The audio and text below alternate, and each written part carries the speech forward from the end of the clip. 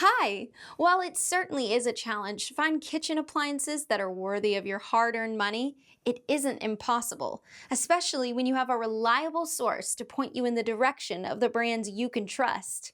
Let this channel be that source. In preparing this video countdown of the top models, the team researched literally dozens of tools, ranking each one based on its performance, its affordability, and the reliability of its manufacturer, and also read real-life consumers' opinions about each product.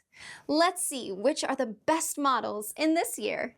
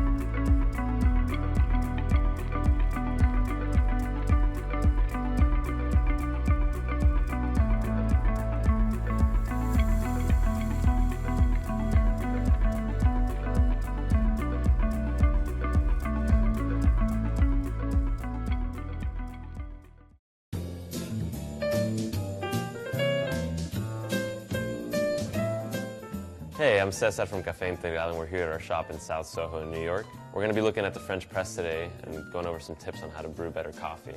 First things first, we need to heat some water and bring it up to a full rolling boil, which is a bit too hot for coffee. But in the meantime, use that water to preheat your vessel. About a minute to a minute and a half later, that water's in the right place. Moving on to the beans, you always want to buy freshly roasted coffee and either bring it home and grind it yourself in whole bean form or have it ground at a retailer or a local supermarket for you. For a French press, we're going to aim for medium to coarse grind, something fine enough to get good extraction and flavor, but nothing too fine so we end up with a lot of silt or sediment in the cup. So we're going to dump all of our grounds into the French press, and we want to start pouring hot water over it. You want to ensure that as you get to the top of the pour, you've saturated all of the grounds evenly. After about a minute, you'll notice a nice solid crust is formed on top. Break that crust and mix it all back into the French press. That'll even out our extraction. Now we're going to grab the plunger and the lid, cap the French press, and plunge it just below the level of the water so all the grounds are submerged. We're going to let that steep for about 4 minutes.